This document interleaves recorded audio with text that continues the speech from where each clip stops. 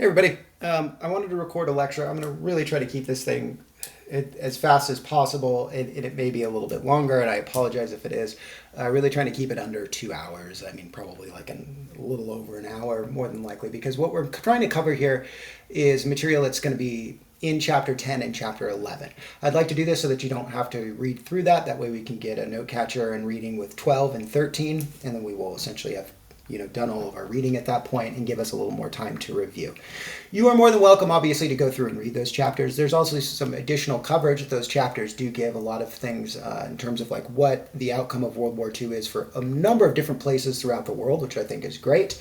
I wouldn't, in any way tell you not to read that. But if, again, the note catcher information for this 10 and 11, it's going to come strictly from this lecture. So I want to make sure that I'm following this. So at some points in this video, I'm going to be pausing it just to make sure that I'm like hitting the key terms, giving you question answers. So if you do see like it looks like it's kind of glitching or my face moved really quickly or something like that, it's because I paused and then looked through it. Really quick layout of the way that my notes do work. I'm going to be posting these along with the link to this video. This video will also be in the announcements. But you'll see here that there's a script there. Now what this is this is exactly that. It's just script. And it's one of those things where I really just do it to kind of remind myself what it is that I'm talking about. So are there going to be typos in this? Absolutely. It's really just something, hey, here's kind of the information you're going over. Sometimes I just type it out just to kind of get it better committed to memory. Some of the information I haven't gone through over a while, so there might be pauses where I look and I'm like, okay, what is it I'm trying to say here? And then also, am I hitting those questions? Am I getting those key terms for you guys? Really quick look too, if you're looking at the note catcher, you're going to see essentially you've got about 12 key terms, 5 questions. Give me a paragraph on each of those. Really quick, we've got Smith Act, Universalism, Sphere of Influence, and then our first question, USSR has accomplished World War II, reasons each distrusted each other. Okay, awesome. So that's our first one, so I'll make sure that I do hit that. Where we left off in our book was we were talking about World War II. In the aftermath of World War II, what does it really look like in terms of the world? Well, we see that a lot of Europe essentially is destroyed. World War II was probably the first World War where we really start to see that, or it's the first war where we really start to see the heavy use in terms of Air Force usage, right? We also start to see more like industrial and civilian type targets. So infrastructure bombing, all of those things really kind of leaves people in a place where they really do have to rebuild. How are the victors, essentially the United States? How are they feeling? Well, for the most part, they're pretty positive. 80% of the people in the United States actually are in favor of joining the United Nations, which is a big difference from what we saw in the outcome of World War I, where Americans did not want to join the League of Nations. We see that about a third or a little less than a third of Americans think that they'll probably be involved in another war. And 64% of the Americans are actually happy with relationships that the United States has with Great Britain and the Soviet Union. Now, I'm talking about 1945. We're talking about the immediate years at the end of the war. Those relationships are going to sour. Okay, and we'll kind of talk about how that happens. So in your first question, it is going to ask you again, why do these two sides distrust each other? I'm going to give you a lot of different reasons. Okay, one of which has to do with the Red Scare. We talked a little bit about the Red Scare at the end of World War I. Now, we talked about Bolshevism. We talked about, again, the United States really looking at communism, anarchism, all of these sorts of systems that are coming in and looking at it as problematic, the Palmer raids, these things that are taking place and people getting deported without due process, to the point where it actually even creates the ACLU. And we look at this as the Red Scare. Now, some historians look at this as the first Red Scare at the end of World War I, and then there's a second Red Scare at the end of World War II, or you could look at it as just this continuation of a Red Scare, a continuation of a suspicion towards communistic systems, or you can look at them as sort of two sole and separate things. However, I do think that the two really do kind of relate to one another. The United States itself, even at the end of the war, they have a lot of suspicion towards communism, the development of communism within the country itself. So much so, we start to see certain enactments, like the House Un-American Activities Committee, the HUC, where they're trying to seek out any sort of domestic communisms that might be in public service. For the most part, where you do see accusations of communism, you see quite a few coming from the Republican towards Democrats usually, and it's essentially like New Deal Democrats. So they look at those systems and the things that they're supporting as having more parallels to communism. Sometimes they even use the word pink, right? They're not quite red, but they're definitely leaning more over towards communism. However, anti-communist sentiment is not entirely partisan in the United States. Both sides, both parties, essentially do not really want communism in the country. FDR essentially signs the Smith Act, and the Smith Act essentially prohibits the teaching of or the advocating of any sort of duty, necessity, desirability, or proprietary interest in overthrowing or destroying the government of the United States by force or violence, or belonging to any group that may have that aim. So again, you cannot be a part of a group such as a communistic group or anarchist group that essentially has the aim of overthrowing the government. So it's not something that's really only strictly just one party is essentially in this pursuit of getting rid of communism. Now that essentially can really create a distrust between both the United States and the Soviet Union. Soviet Union itself forms in 1922. The United States does not recognize the Soviet Union as a nation until 1933. So the Soviets are looking at Americans and their anti-communist sort of fervor, and they do not see them essentially as people who are in favor of their system of government. So again, it's a distrust that's harbored by Americans, but it also creates a distrust of Soviets who are looking at it, and if you're constantly being smeared over in the United States. Most Americans themselves in the initial portions of the war don't trust Stalin. As I pointed out in your book, in 1939, Stalin signs that non-aggression pact with the Nazis. Stalin also helps them invade Poland. Stalin also goes into Finland. Hitler himself goes into Poland. Hitler then goes into Norway. Hitler essentially, they're doing these sort of very, very similar things. So a lot of Americans aren't seeing too much of a distinction between Stalin, or too much of a distinction between Hitler. Stalin himself, also through persecution of people who he has considers to be political challenges or political problems, or people who are in complete disagreement with him, essentially has those people put into tribunals and put into basically the same system of sort of a concentration or an arrest and persecution type system, similar to what Hitler was doing by rounding people up. So much so that Stalin actually has 6 million people killed in the Soviet Union. These sorts of purge type traits or things that people are not making a very big distinction between Stalin and Hitler. Okay, so that's a little bit of the American distrust in terms of that view towards him. Now in 1941, he kind of becomes Uncle Joe. Americans are okay with Stalin. However, we're kind of okay with the USSR and okay with Stalin because we have a common enemy. And that's really about it, right? I mean, it's just this, there's a common enemy, and the two essentially need to really kind of go through and push through and get that enemy out. But once that enemy is gone, the sort of reconciliation between these two is going to be very, very difficult to overcome. The United States also looks at themselves as sort of having just a completely different motivation for joining the war. Whereas they look at the Soviets really kind of joining the war in order to acquisition territory in the initial by moving themselves into Poland, moving themselves into Finland. And really what they think is the Soviets are trying to spread Bolshevism. Okay? And the Soviets also, too, what we will see when we go over the numbers, are also just trying to defend themselves as we see the Germans essentially do invade the Soviet Union. But they're looking at them essentially as something where it's a personal interest in terms of pushing their own ideology into these would-be or becoming satellite states.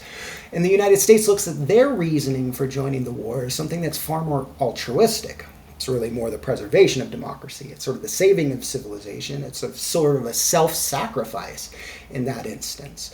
So the United States is looking at themselves as having these kind of completely different reasons for joining the war. Really quick point out too, you guys, you'll see I do put in like extra information here. I always like to put in some timelines when I can. I'm trying to keep my Soviet suspicion and those things as in order as I can. That's something that's happening. Again, we talked a little bit about before, right, with the Red Scare, a little bit what's happening kind of during the war prior to United States entry. And then the distrust during the United States being entered into the war. Even though these two countries are acting as very strong allies, if you look at what they accomplished by being allies, the United States and the Soviets, along with Great Britain and France, essentially get rid of Nazi Germany. The Soviets are also probably one of the strongest allies the United States has in terms of their war in the Pacific, as the Soviets go down and they invade Manchuria, helping the United States eradicate Japanese influence within that theater as well. So as allies, they're working together. However, they're not really, again, in complete trust with one another. So the Soviets themselves, Stalin has a little bit of distrust towards the other members of the Big Three.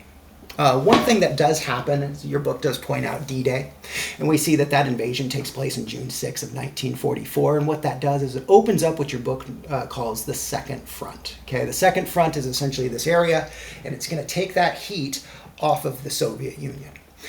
Soviet Union, by and large, is losing far more people in this conflict than anybody else. Okay, we're looking at about 300,000 lives, essentially, with the United States being lost, where the Soviets lose about 18 million people.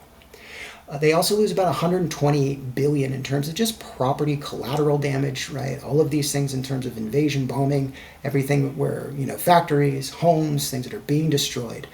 Biggest hit by far in terms of any of the allies really does come with the Soviets in terms of loss of life. Now, opening up the Second Front is something that the Soviet Union really needs to take the pressure off of them. However, Roosevelt, Churchill, they promise him like 3 times, and they continually don't make good on it. Everything else seems to have a bigger priority. Going into Africa takes precedence over opening up and alleviating that pressure from the Soviets. So they're not really looking at themselves as the Soviets aren't looking at themselves in terms of a top priority for their allies. So that has a little bit of a bad taste. There's also a Lend-Lease program that does take place in which the United States lends about $22 million to the Soviets in terms of material, weapons, money, things that they need to continue to fight the Germans. When the Soviets take those things from the Lend-Lease programs, they do not tell the Soviet people that it came from the United States. So the United States is looking at their relationship with them as something that they're embarrassed about or something that they don't want to tell the people about. So that leaves a little bit of a bad taste. Finally, one thing too, and I don't know if I put it in here, I'm going to put, this is post-war, and it's the development of nuclear weapons by the Soviets in 1949. Okay, that means 2 things. When the Soviets do develop atomic weapons, obviously that's going to, the obvious one, right? That's going to change the way that war is fought. It's going to change the way geopolitics essentially are conducted. It's a huge thing. But also that extremely fast development of the atomic weapon is something that also really kind of points out that the Soviets have been spying on the United States in terms of the development of that weapon throughout the Manhattan Project, which they essentially gained access through a Canadian credential. And they found a way to essentially infiltrate that project. So that creates a lot of distrust in terms of theories on espionage and those sorts of things.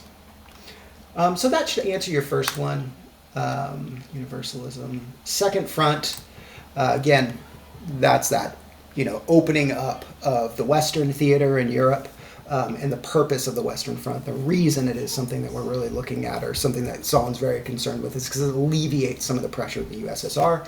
We talked about the Smith Act. We'll go and we'll talk about universalism, sphere of influence, containment, and our portion here in the second question as well with this next slide. Okay. So we're looking at universalism and sphere of influence. We're talking a little bit about something that's kind of during the war, post-war as well.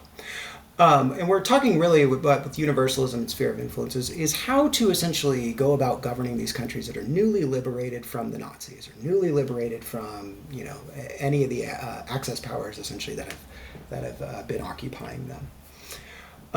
Your book does talk a little bit about the Atlantic Charter, right? And this is something that's kind of a discussion that really happens between Winston Churchill and FDR, really to the exclusion of the Soviets. It sets up, again, the concept of free trade post-war.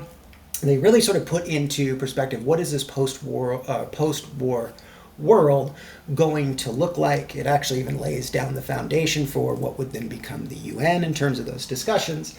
And what the Allies are really kind of looking at is this concept of universalism. So universalism really is just sort of the idea that any country that's liberated by Nazi Germany would really have its own opportunity to determine its own political structure. That's through democratic means, and that would assure representation really in all factors of government and politics.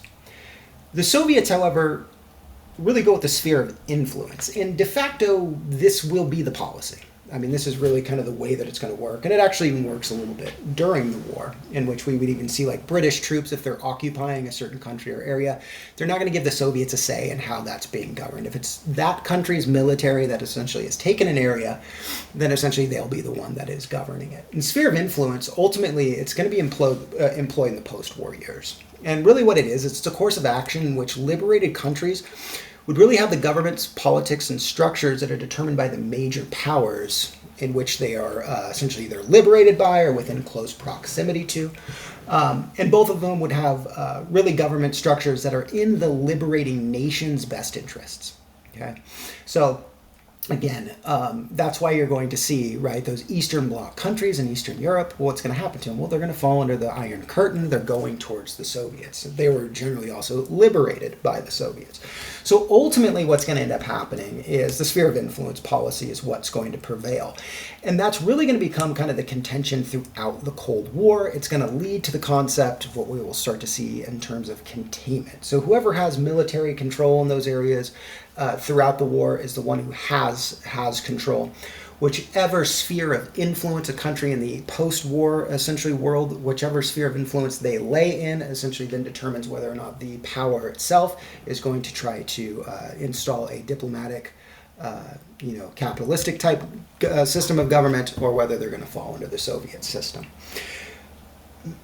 Something that a lot of Americans, I think, that they really aren't sort of seeing, and I think that a lot of people, when they look at the USSR, because oftentimes we can ask ourselves, well, then why is it so important that to the United States that they essentially are making things, making countries fall within in a system of government that's similar to them?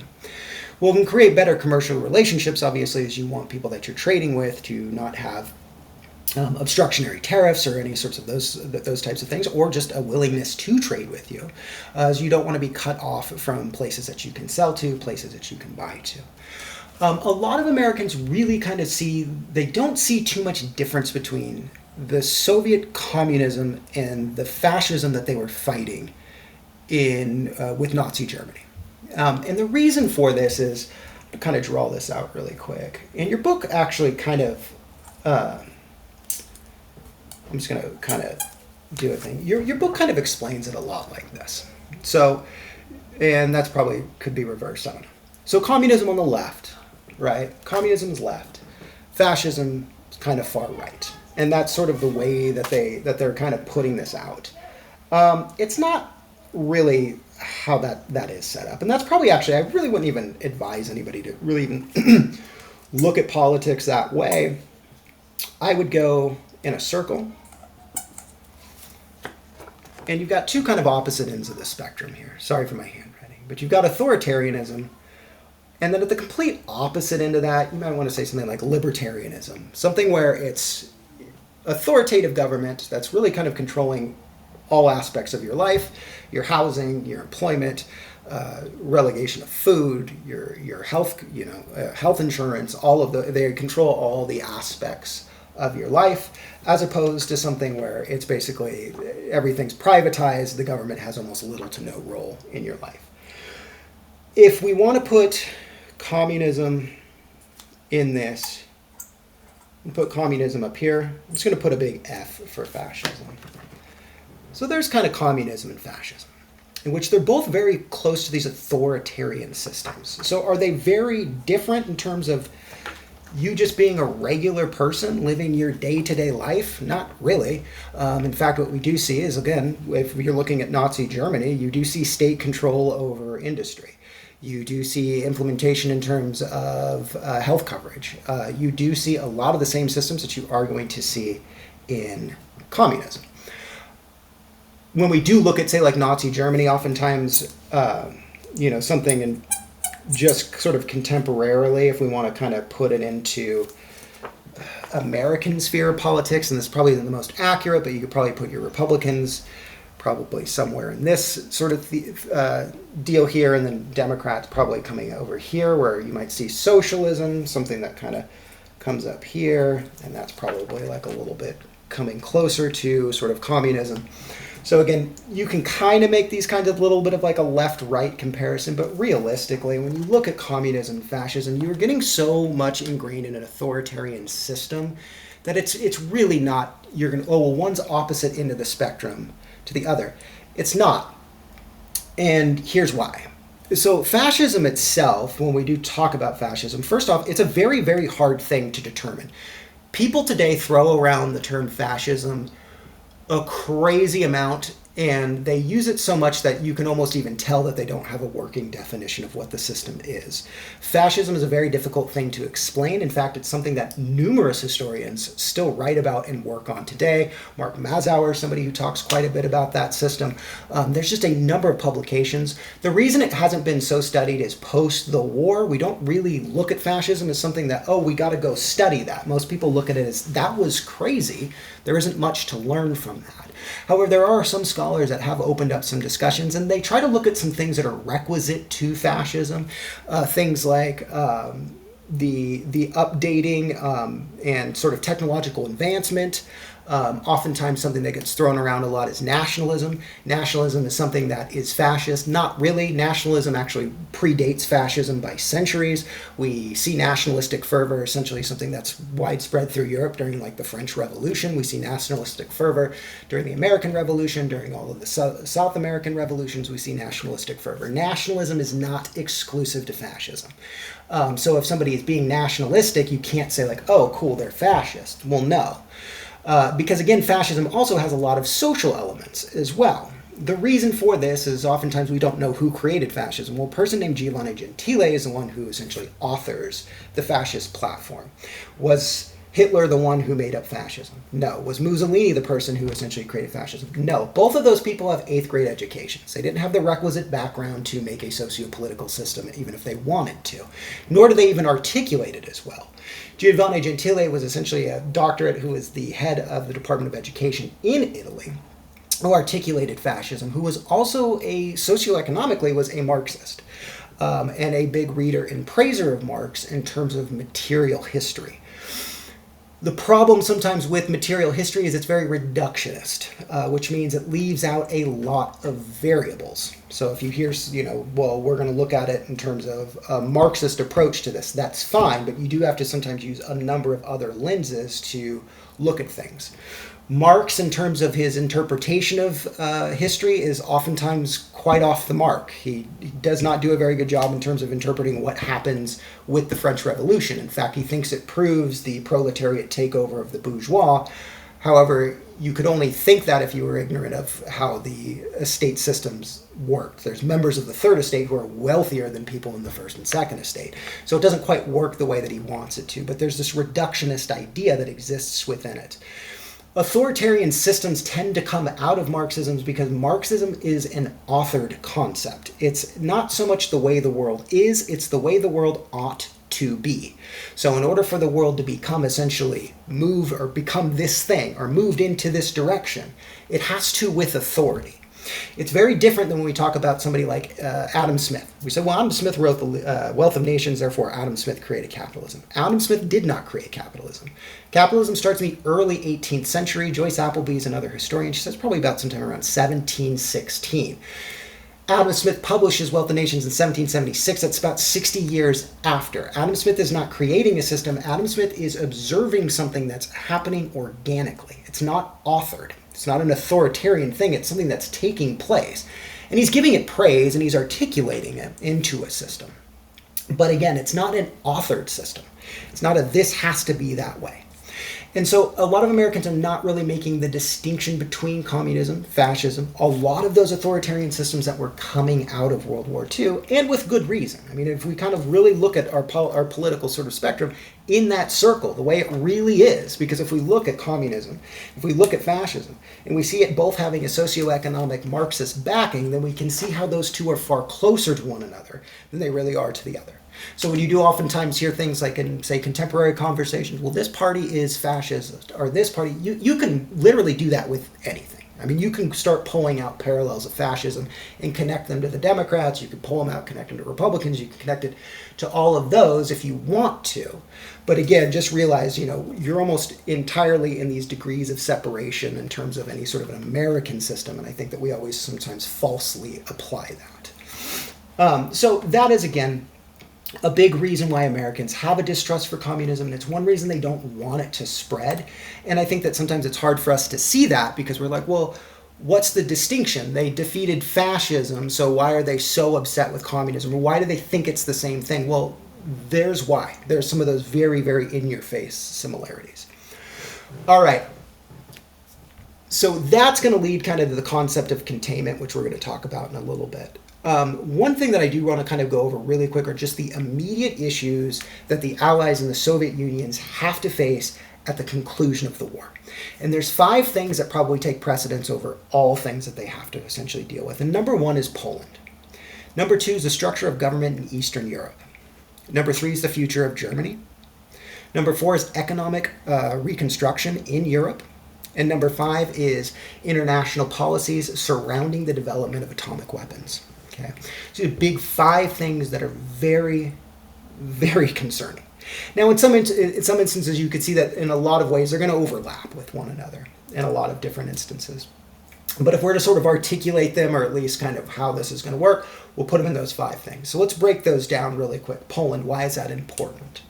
Well, Poland's pretty important essentially to the Allies in terms of its significance. When we saw that Hitler essentially invaded Poland in 1939, that is when the British, that is when the French, that's when they got into the war. That was that initial contention that started the whole thing. Therefore, a liberated and free Poland essentially is a job well done. It's a success. Now, there's also a number of Americans who are of Polish descent who don't want to see Poland fall essentially into a communistic system ruled by the USSR. However, FDR and later Truman themselves are going to have this realization that after World War II, they are not going to go to war over Poland. Okay, they're just not, there's this exhausting essentially in terms of people who have been to war. We've lost a lot of people, we've lost money. We're not going to go start a war over Poland. Ultimately, Poland is going to go to the USSR, and it has a little bit more significance to the USSR, and it's not just sort of sentiment in that instance, is that the USSR really needs Poland in terms of a buffer zone. Okay, you could actually look at this as somewhat akin to kind of what's happening today with the Ukraine, whereas Putin's looking at Estonia and these NATO nations that are on his border, and he's trying to get this buffer zone. And listen, in no way am I like trying to give any sort of excuses or reasoning. I'm just trying to give you some sort of a diplomatic comparison, I guess, a contemporary comparison.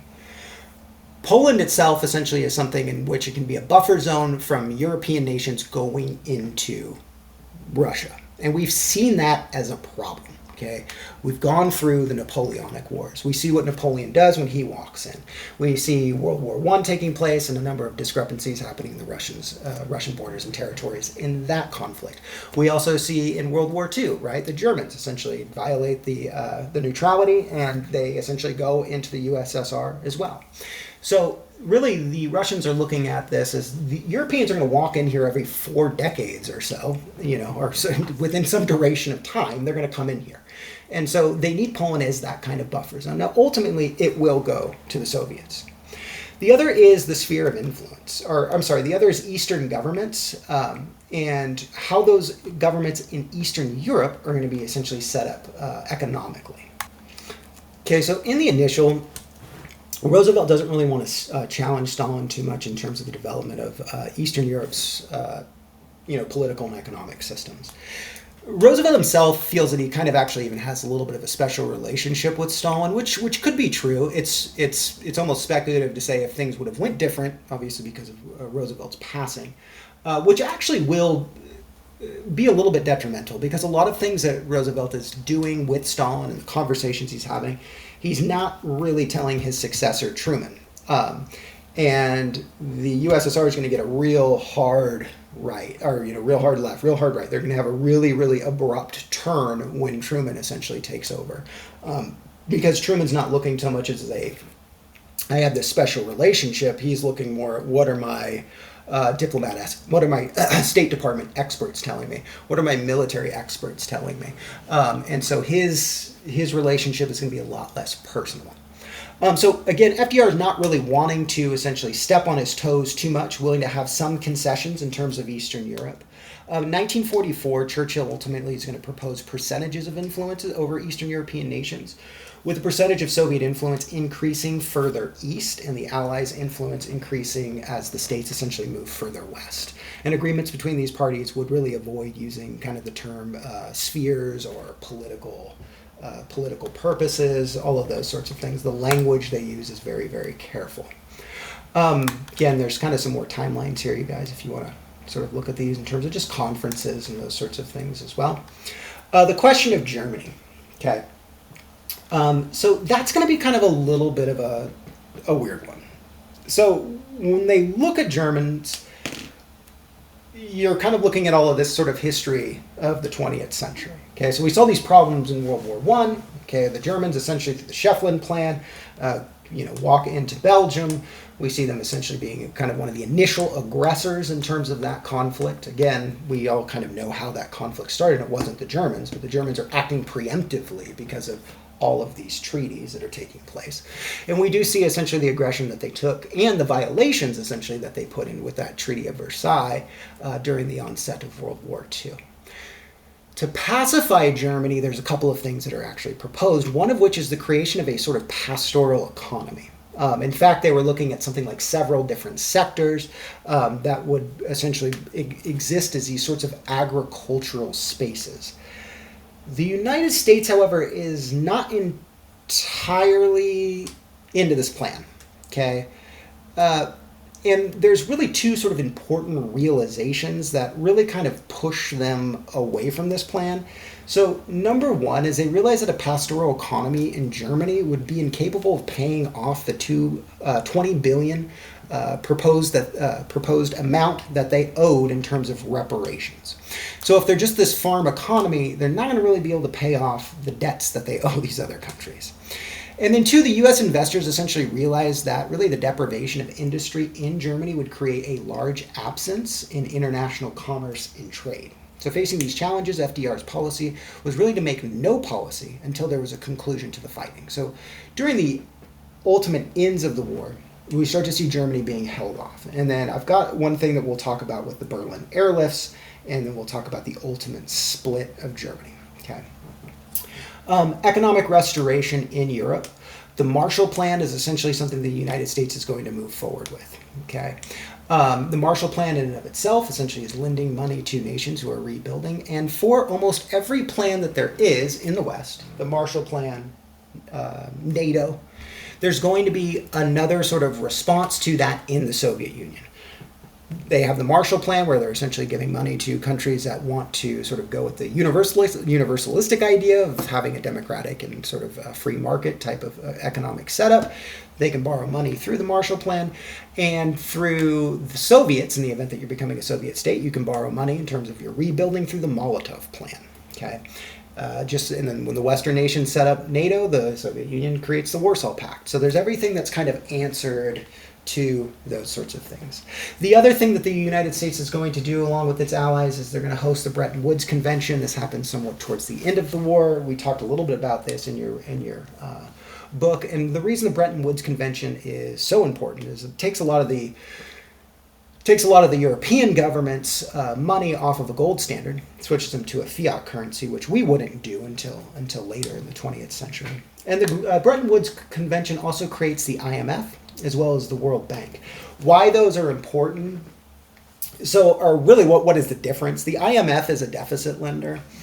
So in the event there's a country that is running a deficit in terms of, again, they're on a path of insolvency, we're spending more than essentially or to satisfy our to satisfy any of our debts or liabilities. It essentially is more than what we develop in terms of revenue. Whereas the IMF essentially lends money to then restructure debt to get a country essentially on a path to solvency, and if not, save them from complete bankruptcy. Whereas the World Bank essentially is an infrastructure lender. So the World Bank itself essentially will lend you money if you need to develop a dam, you need to develop power plants and those sorts of things. Okay, so these are instruments and bodies of economic, bodies of credit that essentially are going to facilitate countries that are going into Western spheres of influence. Then there's finally international policies regarding the use of atomic technology. Again, the United States develops in the summer of 1945, and the Soviets developed in September of 1949. I think actually the actual date's like August 29th, 1949 or something like that, but it's very close to September. And again, it's that closeness in terms of that development that really makes the United States suspicious in terms of what the Soviets are doing. The United States, while they would be the first really to develop the atomic bomb and then display it when they dropped it on the Japanese, we would see that it really comes with this great deal of apprehension internationally, and the Russians would develop it in 1949, and Cold War policy would be very much engaged in and focused on the possession of nuclear weapons. So leave that there, because we're going to talk about is Eisenhower, and we'll talk about essentially the mutually assured destruction and some of the ideas. We'll also talk a little bit about Kennedy, and we'll talk about all of the different types of acts, treaties, methods, approaches to dealing with the fact that these are now existing things within a country's armament at this point. Okay, and as we'll start to see too, it's not just the U.S. and the USSR that are essentially going to have atomic weapons. So let's talk a little bit about containment. So as we did talk about, we addressed the German situation. We said, again, Roosevelt's looking at, let's push this off until all the fighting is concluded. Okay, so back when we're kind of looking at Germany, again, that idea of kind of like how, dealing with the war in and of itself. So if we're looking at Germany, say 1945, like right at the end of the war, it's still existing in terms of occupation zones. So the French hold an area, the US holds an area, the British hold an area. Okay. However, what they do is in 1948, the Allies essentially consolidate their areas of Germany. And they're doing this kind of pretty much almost to the distrust of the Soviets. You could even, for your first answer, this is another thing that you could even include as well.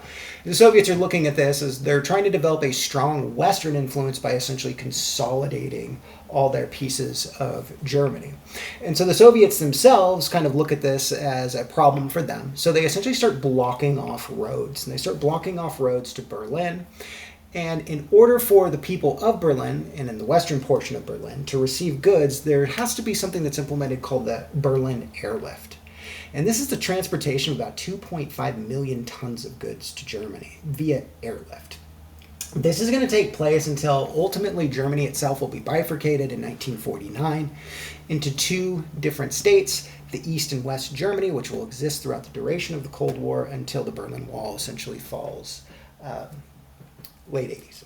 Okay, so we won't see that. We'll see that essentially. Throughout the entire Cold War. That's essentially how you're referring to that region. There's also the question of containing communism, or essentially how do we essentially work with communism, or these two systems within the Middle East itself. Okay, and so I'm just going to read through this really quick, and we'll look in terms of areas of the East, Greece, and some other other areas that are going to become of contention.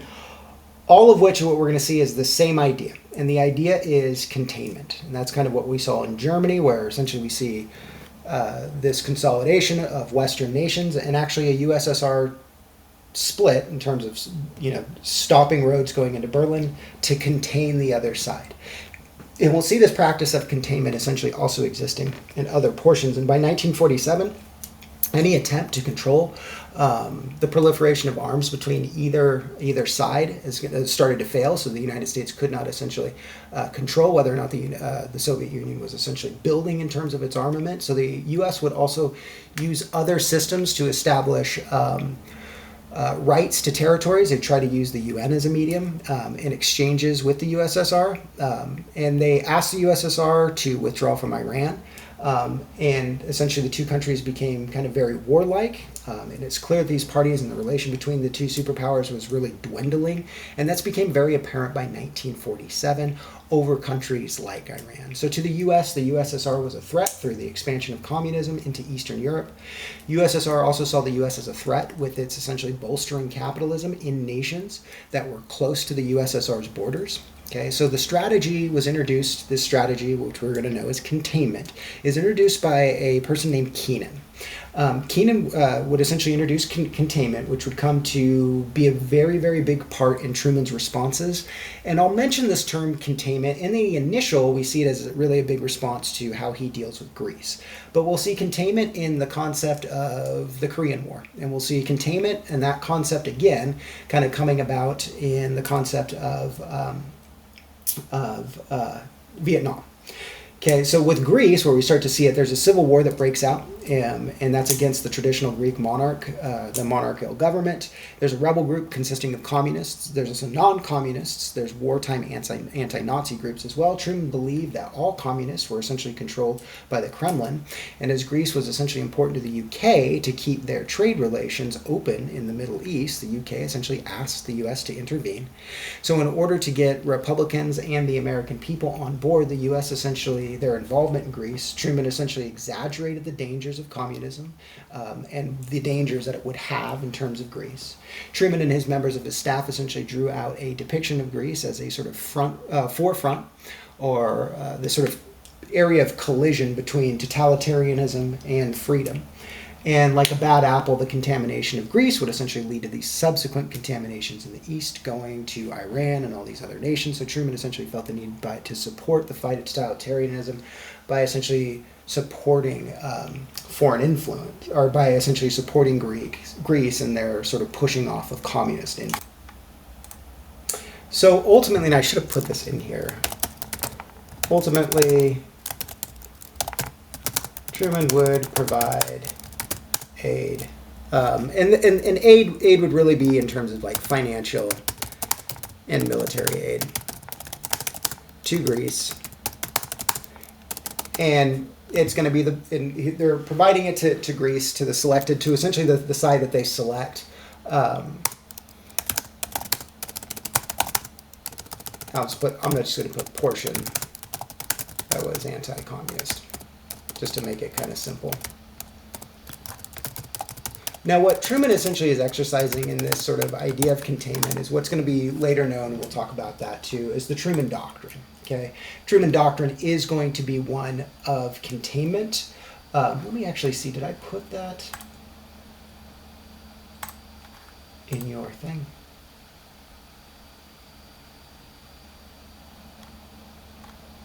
I don't think I did. Okay, I don't think it's one of your words. Okay, so when we talk about, I'll just kind of go over it really quick, and then we'll get into this this sort of age of polarization. Okay. And I'll, actually probably just to type it out really quick. So Truman Doctrine comes about 1947, and it's really, again, it's that concept of containment, okay? It also creates the Marshall Plan, which is there's another spending bill that essentially is where the finance comes from. Marshall Plan, and it's where we're going to see other aspects too through the idea of containment, things like NSC 68, all of these different sorts of ideas and intel gathering. Really it's the idea of containment, and that's through military or economic support to countries that may be going the way of the Soviet Union, maybe going the way of communism. So it's containment through this, and they can do this through a number of ways. Again, lending money to them being the biggest one. There's also things when we start to talk about kind of these smaller proxy wars, and we'll start to talk about interventions in areas like South America, interventions in areas like Asia, those sorts of things. We'll talk about NSC 68, which essentially has to do with the CIA and Intel and where they're finding certain groups. Say we've got a handful of different revolutionaries or people who are fighting for one thing. Well, here's the intel. Here's who's communist. Here's who isn't, and those sorts of ideas. So to push his aid to Greece, his new tactic in terms of diplomacy, is really just kind of getting this domestic solidarity towards it. So the way Truman really kind of implements that when he tries to say, like we talked about, giving money and aid to Greece and to the faction in Greece that he supports, he really does it by essentially painting this kind of terrible picture of what situations would be like if they aren't. Truman's very, very good at phrasing. Okay, when he enters into the Korean War, Truman's essentially calling it a police action. He's not calling it a war, right? So his phrasing essentially is very key in terms of implementing these ideas of containment. So the speeches do have some success, essentially scaring the American people into really having to support him. So he's really, really good at using that kind of political leverage. And we'll see this essentially in the implementation of proxy wars. What this will lead to, and I think I'll talk a little bit more about it here in your Korean War, what this is going to lead to is something that I'm going to kind of bring up, the concept of the imperial presidency. And something that your book does point out in the post-World War II chapters, and I'll get a little bit into it here, is countries that essentially are now free nations, free countries, that were essentially colonial possessions of the Western European countries that had been involved in World War II. And if you want to know a little bit more about that, I would definitely recommend Chapter 10 is a great chapter about that, talking about what's going on in these other areas of the world. Post-World War II, you do start to see a number of nations that are in Asia, the Middle East, Africa, that essentially are being that are returning back to their own sort of sovereign states. And in the absence of these European powers, these sovereign states essentially have control over the resources that they possess within their own countries. What this leads to is the Bandung Conference. This is 29 African countries and Asian nations that essentially do attend. These countries really kind of refuse to have any sort of further colonialism, right? They condemn its existence where it still does exist, such as places like North Africa by the French, and they condemn its existence in other places around the world. We'll also talk about, again, the liberation of Vietnam from the French. So this stance does, however, worry the U.S., as China is sort of a country that's sort of newly committed to communism. And again, we kind of know that relationship that the United States had with the Chinese. One thing that really kind of, I want to say the big takeaway, and you guys can read through this, but one of the bigger takeaways that we do see with the Bandung Conference, and if you're working on this on your key terms, is the thing with the Bandung Conference, again, is it's sort of this push and it illustrates a disdain towards colonialism. But the other aspect that the Bandung Conference is also going to take is it's, again, the relegating of resources back to these countries that essentially are important to both sides, as well as infrastructure, things like areas like Panama, areas like the Suez Canal, for instance, in which these countries are now acquiring this freedom, but they're holding these major infrastructure pieces that are big parts in global trade. That's a big concern. The other thing that happens at the Bandung Conference is you see a lot of these countries not willing to commit to really one side or the other. So we're not going to essentially go wholesale with the Allies or wholesale with the United States and that system of government. We're also not going to go wholesale with the communist system of government. Now, oftentimes you'd think that would be a breath of relief, or a sigh of relief, I think, for either side. However, it's not. Sometimes neutrality is the worst position you can take in some of these situations. If you look at people who were trying to remain neutral during the American Revolution, that did not work out very well for them. Oftentimes what happens in these sorts of instances when there's two very, very big powers pulling from one side to the other and you try to remain neutral, that means that both of these powers are going to be very suspicious of you. So now you've got two enemies instead of just one, without the backing of the other. So sometimes neutrality in these instances cannot really be all that favorable. Now we'll look at some of these other countries too, and we'll talk about some of the policies that the United States is going to take towards them. And we'll kind of actually probably focus more in Latin America rather so much than North Africa, as again, this is the loss of these sorts of European possessions as well.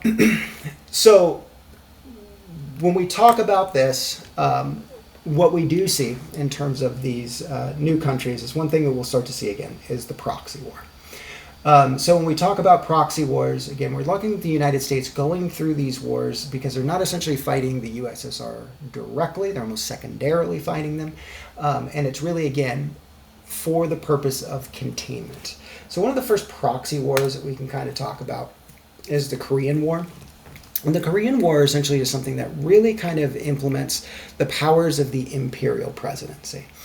So what I mean by the imperial presidency is this is kind of a big change of presidential powers and the way that the presidential office is really looked at. So when we talk about the presidential office, you can almost actually look at like the late 19th century or so. It's really kind of this sort of golden age or congressional golden age. Really kind of any time that's post Andrew Johnson's impeachment. There's a congressional golden age in terms of the president, they just don't have that as much power as they do, say, today. I mean, if you're looking at like presidents like McKinley, Taft, you're not seeing them making as many decisions as they are today. Imperial presidency itself is essentially where the president now can do certain things, right? They can essentially act in an aggressive way without the full declaration of war. This is something that we do see in the Korean conflict. So Korea is like kind of like the Eastern European states. It's really something, this conflict that kind of emerges after World War II, and it really has a lot to do with the divide between the USSR and US in terms of their spheres of influence.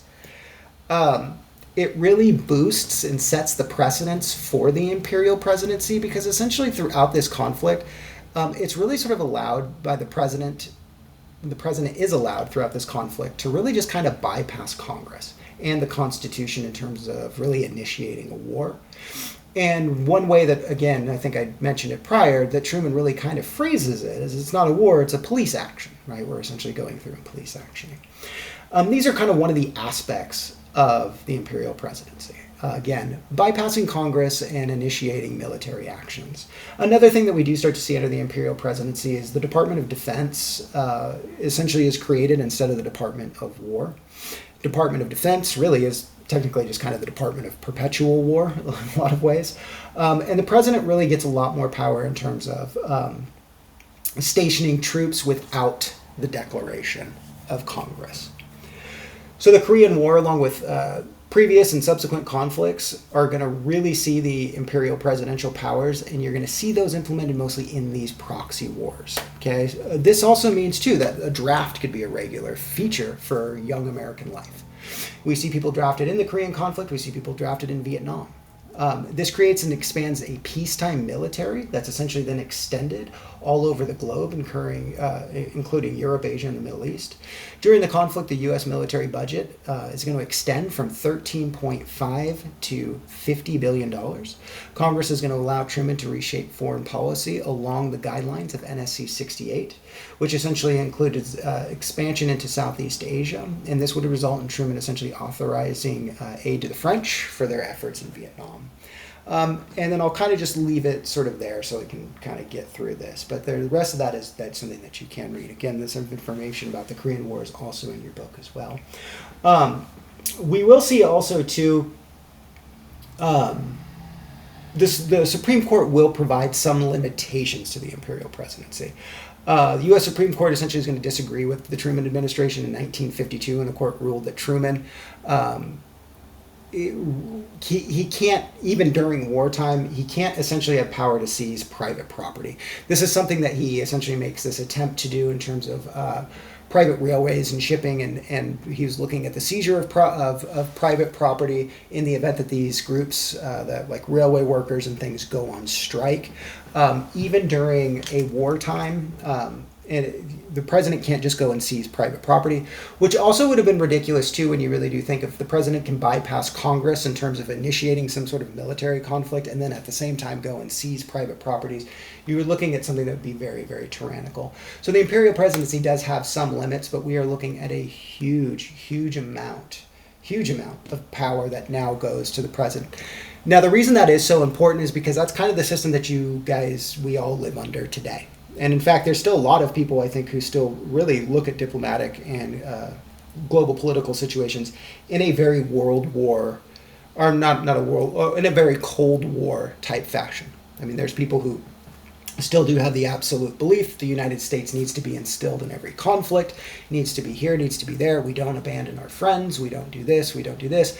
Everything in the world is our business. And that's kind of an older way of thinking that's kind of somewhat on its way out.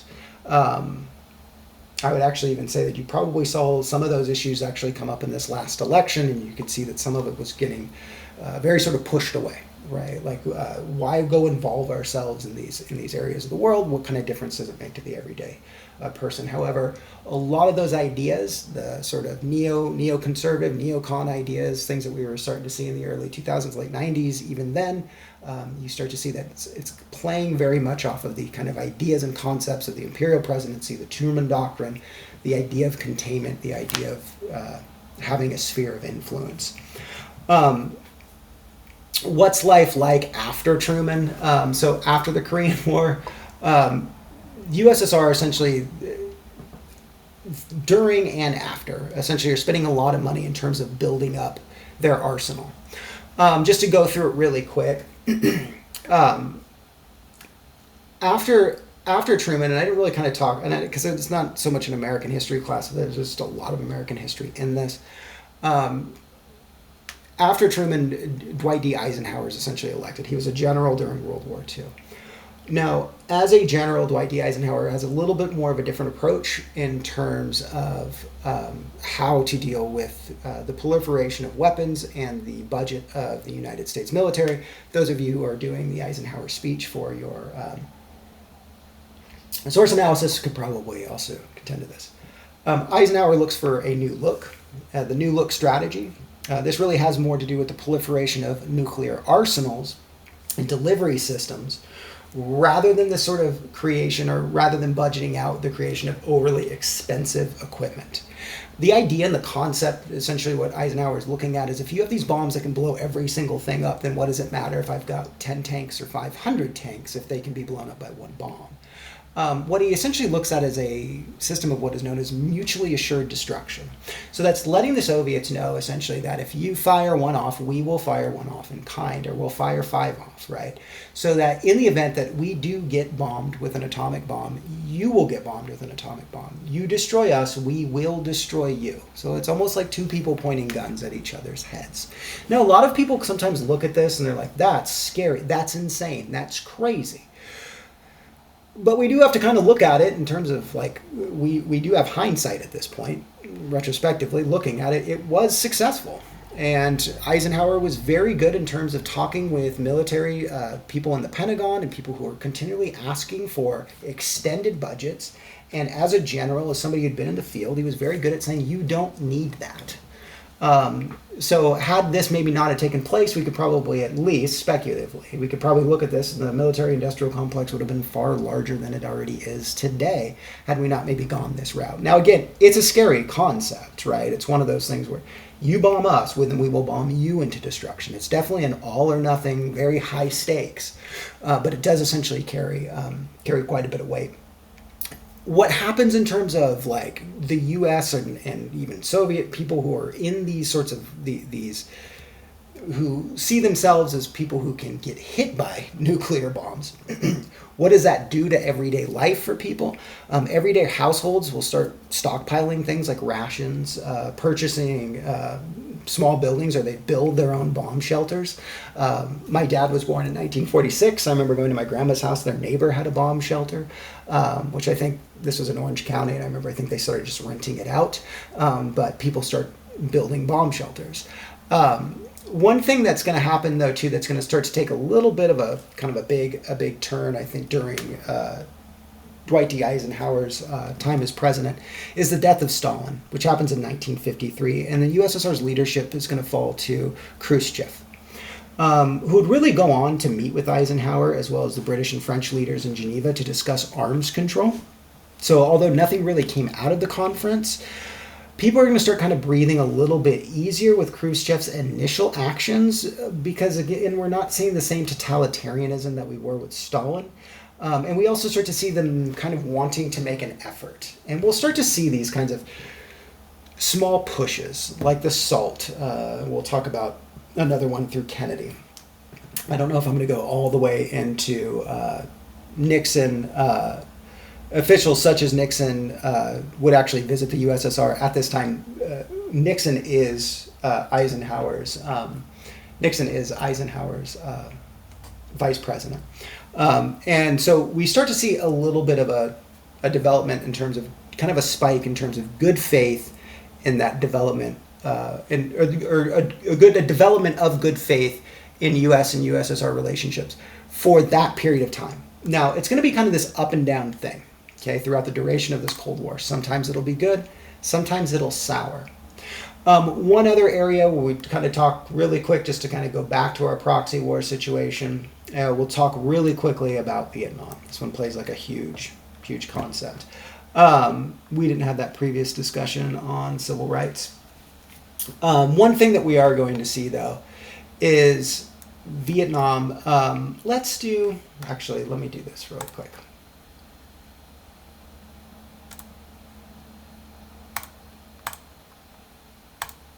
I'm going to skip over that one. Let me do Cuba first. So we'll talk about Cuba really quick, and then we'll talk about Vietnam. And then from there, I'm going to just leave the lecture at that. And then I'm going to go back and check your note catcher just to make sure everything gets answered. But let's go into Cuba first, and then we'll talk about the Vietnam conflict. Okay. So we're talking about Cuba. That's probably one of the big things if we were talking about President Kennedy, JFK, his administration. Cuba is probably one of the things that he's mostly known for.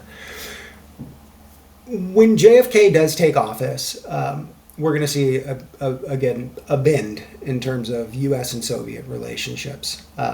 And throughout the 1950s, you see, and if this was an American history course, we'd be going far more into it. But you see a huge amount of success. You see actually pretty good wealth distribution throughout the country. You see people essentially getting into the middle class, property ownership, all of the sort of requisite characteristics of the middle class are being achieved by Americans. You see things like in your book mentions the GI Bill. You see people becoming high school and college educated. There's this big economic growth throughout the duration of the 50s, and so much so, I think if Eisenhower could have ran a third term, he probably would have won. However, his vice president, Richard Nixon, does run. Kennedy, however, is the one who does win. Now, Kennedy, again, being a Democrat, we kind of might think that might have some sort of a big shift in terms of direction of the United States and their approach to the Cold War. Whereas what we did see, obviously, was a pretty hard line with Truman, the previous Democrat, who was definitely a lot more kind of involved than what we saw with Eisenhower. However, Kennedy, his administration does see the merit in terms of capitalism. And in fact, they kind of see that this sort of new form or reformed capitalism that's being practiced in the United States has actually been very beneficial. Throughout, actually, if you look at the kind of campaigns of 1960, if you're looking at, if you're looking at Nixon, if you're looking at Kennedy, you're not really seeing too much in terms of wanting to deviate from the current path that the United States is on. They're all a lot of people are pretty happy with what's going on. And Kennedy essentially kind of takes sort of an approach that's very popular, which is kind of articulated by a guy named John Kenneth Gabriel in his publication, The Affluent Society. It's this idea that capitalism essentially does work, but it also works essentially in concert with government services. So that's pretty true. You could sit there and say that you've built a business, and great, yes, you have built a business. However, the people that you've employed have been educated by, usually, right, have been educated by the government. You ship goods and do sorts of things, or your workers get to work every day by using government roads. So really the approach is, how can we use government to essentially help bolster our capitalistic system? How can we use government to essentially help people sort of move themselves sort of up that socioeconomic ladder? And what this is it's sort of this proposition essentially, or this sort of political proposal, is campaigning. It's called the New Frontier. Now, it's not entirely well articulated. It's kind of very similar to like the New Deal that FDR. While FDR is campaigning when he says the New Deal, it's not like he's not giving a very specific set of policies during the campaign. It's just, hey, we got to do something else. New Frontier's a little bit that way too. It's just kind of, we've got to do things. They want to employ the government in doing things like battling tyranny, poverty, disease, and war. Okay, really, nobody in their right mind would disagree with any of those objectives. So the New Frontier is kind of administered. It's got this great zeal, though, however, for fighting communism and fighting tyranny. The reason is they see communism as tyrannical. We've kind of gone over that, being that Marxist authoritative system. So we can see how the U.S. again has that. And then also, too, they're sort of fighting it in terms of it's really kind of hurting people in terms of its system of distribution of wealth. You can look at a lot of things as completely ineffective. So if you were looking at, say, the Soviet Union, for instance, and how industries worked in the Soviet system, most industrial goods and things that are actually produced in the Soviet system are produced in the satellite states themselves. So these would be the surrounding states. The U.S. Within the core of the USSR and the Russian systems itself, they generally develop a lot of the raw materials and goods. Now, oftentimes in a world exchange, raw material in exchange for, say, produced goods is going to have a little bit of an offset. Raw material generally isn't going to bring in as much, say, money as manufactured goods.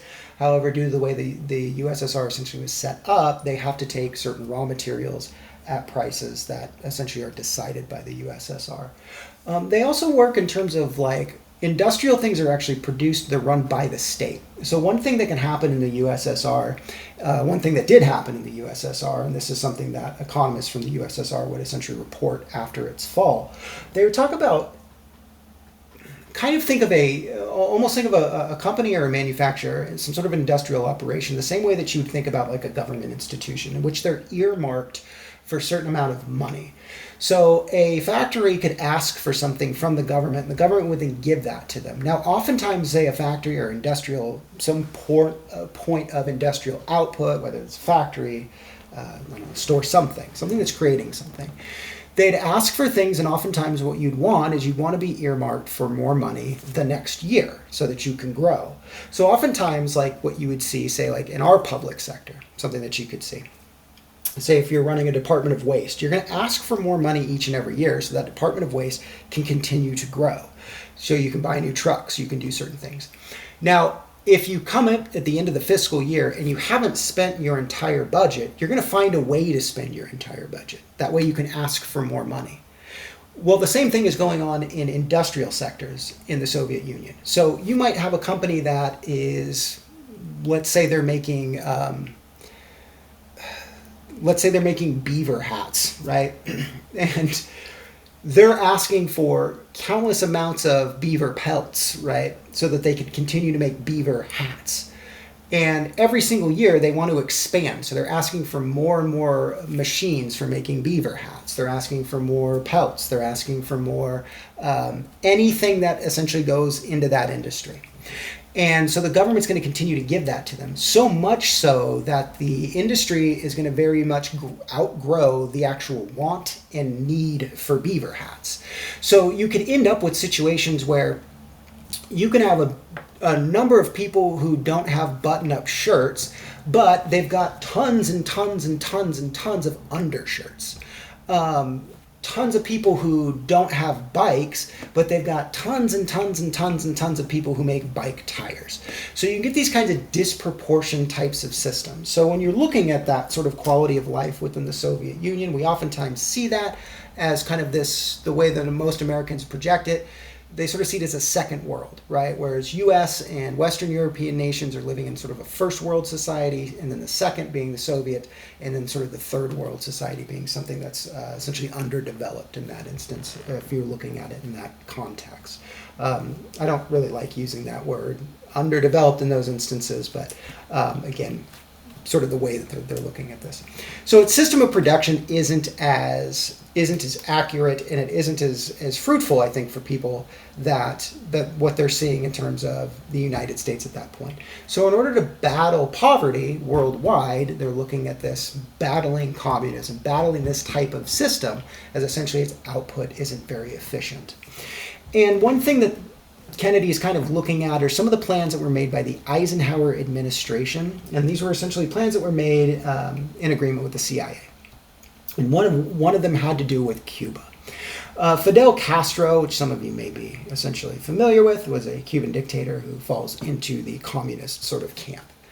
And what the United States decides to do with the CIA is it takes somewhere about 1,400 to 1,500 men trained by the CIA to go into Cuba to take back Cuba from Fidel Castro.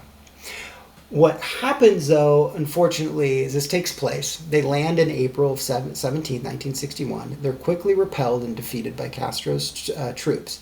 And this creates two very, very big issues. One, it revealed that the CIA had grossly underestimated the support of Castro's government by the people of Cuba, as the landing essentially failed to incite any sort of insurgency, any sort of support for those troops trained by the CIA.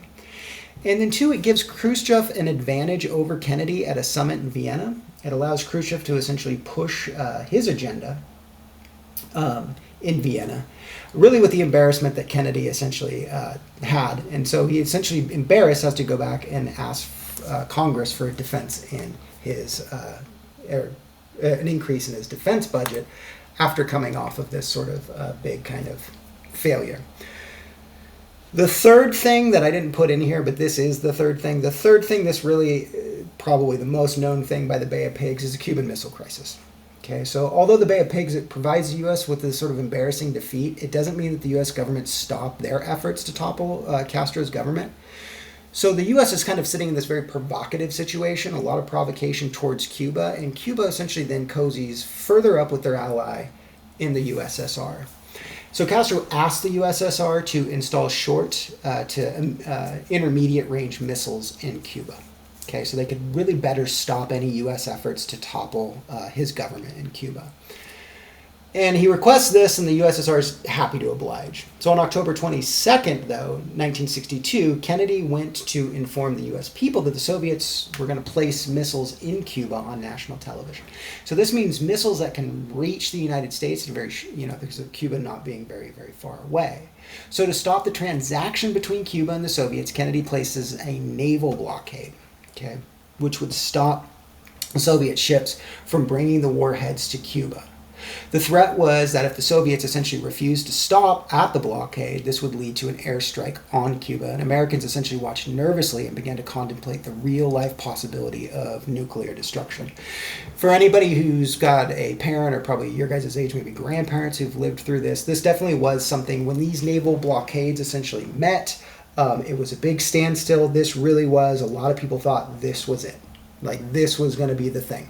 That was going to set this off. Very, very, very scary time for people. Ultimately, what's going to happen is the USSR is going to back off. Okay, Cuba's going to agree, or Kennedy's going to agree to stop trying to invade Cuba, and he's going to secretly promise to dismantle missiles that the United States has in Turkey that are then pointed at the USSR. This would allow a little bit of breathing room afterwards, and in 1963 we'd see a partial nuclear test ban treaty, and this would essentially limit nuclear testing to underground tests, and it would also install an electric hotline between Washington and Moscow, so that the two powers could essentially have swift communication. They can call each other at any given time, okay? And they can call each other right away and start talking it out before bombs start getting dropped. And this really is kind of very encompassing of what I was talking about with the Cold War, right? It's one of those up and down moments, right? So it gets close to hot, right? And then it kind of cools off a little bit. And then it kind of gets close to hot, and then it sort of cools off a bit. This is going to lead to the promotion of democracy and peace. So Kennedy starts to look at it as, how can we maybe take a different approach in terms of fighting tyranny? And one thing that he does set up in terms of promoting and sort of founding, peaceful systems of governance is one thing is the Peace Corps, developed in this is actually developed in 1962, but they'll start to kind of further put more into it. And what they do is the Peace Corps deploys agents of the Corps, and they go there to aid. They go to different places, different nations to aid these nations. There's also the development of the Alliance for Progress, which would also do much to support democracy by providing economic aid to countries in Latin America. Okay, so that was almost a hot war. But again, it started through a proxy war. And again, that importance of proxy wars, right? So we see it again, Korea. We see again this attempt at a proxy war starting in Cuba, and then we see that leading to the Cuban Missile Crisis. The other proxy war, and then we'll end our kind of discussion on this. And then I'll look through your books to make sure that it does a good job in terms of the conclusion of picking up off of here. If not, then I'll record another quick lecture just so we know how this whole thing concludes. Vietnam itself, the Vietnam conflict, Vietnam itself had been led by the French since the 19th century. It's kind of an off and on thing. I think that they're actually there at point mid 19th century, and it's about 1858 to 1885, and then till the French victory over the Vietnam Empire. Then we start to see the French essentially running it all the way up into the 20th century. But we do see a Viet Minh independence movement in 1941, which is going to move forward, and it's going to be led by by parties who have been fighting for Vietnamese independence, and it's essentially led by a leader named Ho Chi Minh. Ho Chi Minh essentially led the communist-led Democratic Republic of Vietnam, takes over in 1945. Now, initially in the early 40s, Ho Chi Minh himself is not really communist, but he does find support from communists, which essentially leads him into that. So Ho Chi Minh essentially leads the Communist Democratic Republic of Vietnam in 1945 and will defeat the French Union by about 1954 in the Battle of Dai Bien Phu. So at the ending of the first Indochina War, the result is this division of Vietnam with the communists in the north and the sort of not communists in the south. What this does is it essentially leads the United States to support a government led by somebody by the name of Diem.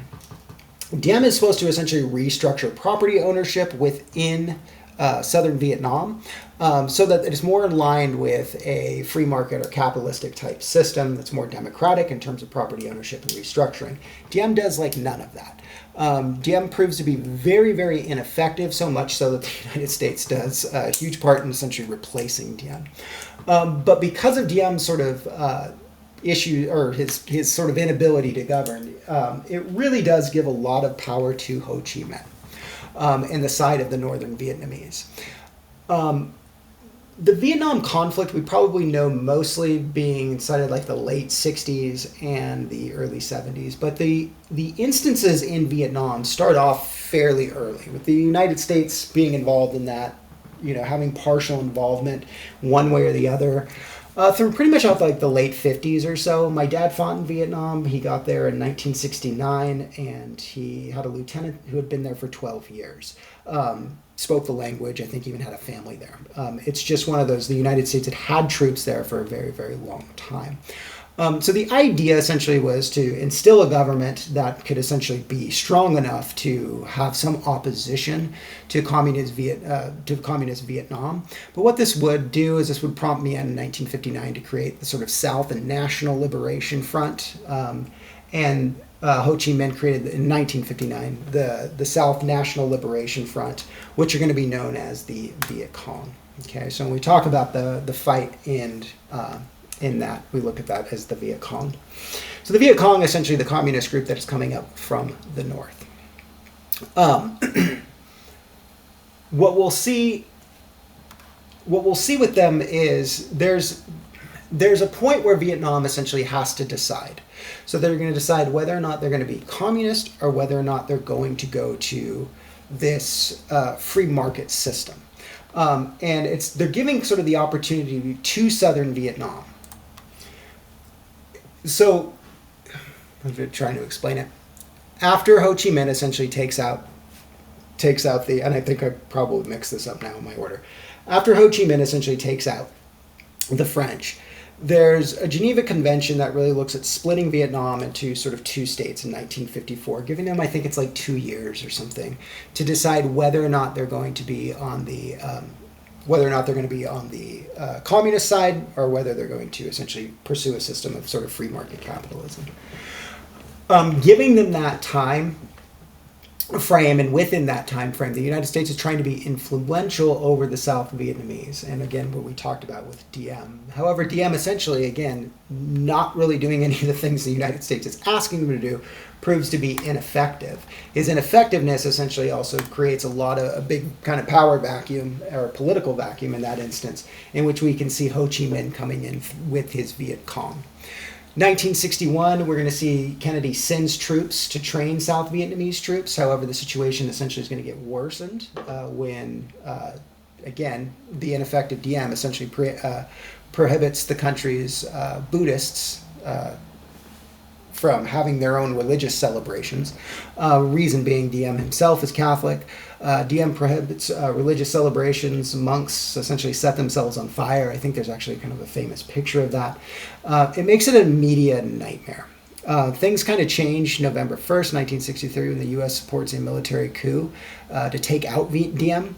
They kill him and important members in his regime, and this leads to the installation of a military government in South Vietnam.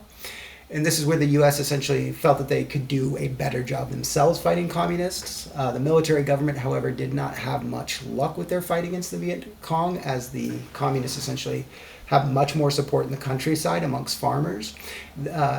And we also start to see, again, there's that bad reputation that was developed with Diem himself, in terms of a complete inability to sort of reform the Vietnamese government in a fashion that was favorable to the people of South Vietnam.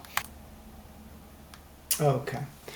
And ultimately, as we were talking about, Diem not really essentially being capable, what this is going to lead to, again, and I'm going to put this in here for you guys. I'm not going to ask any questions on the Vietnam War.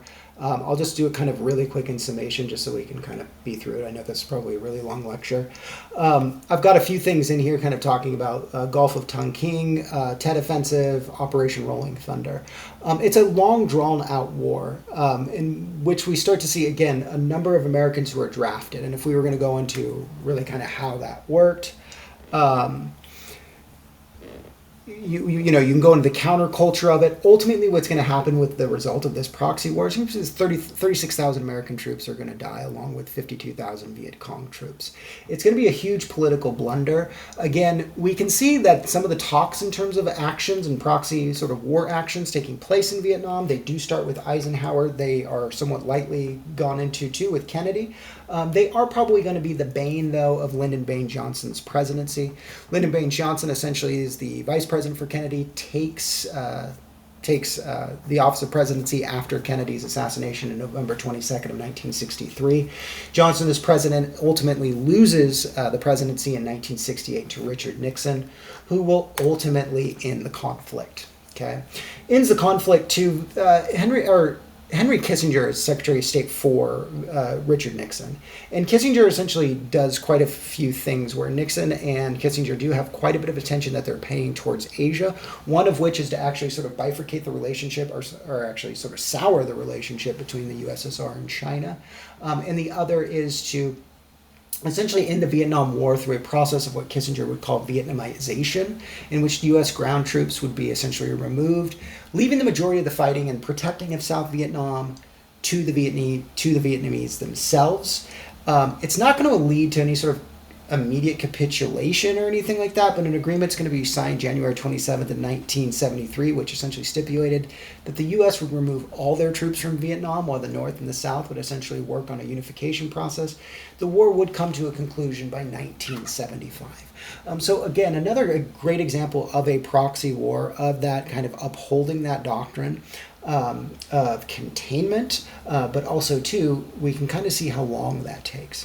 All right. Looking at everything that we've covered, this should have everything in here. We talked about the imperial presidency, the 5 reasons, pick one, go a little more into depth.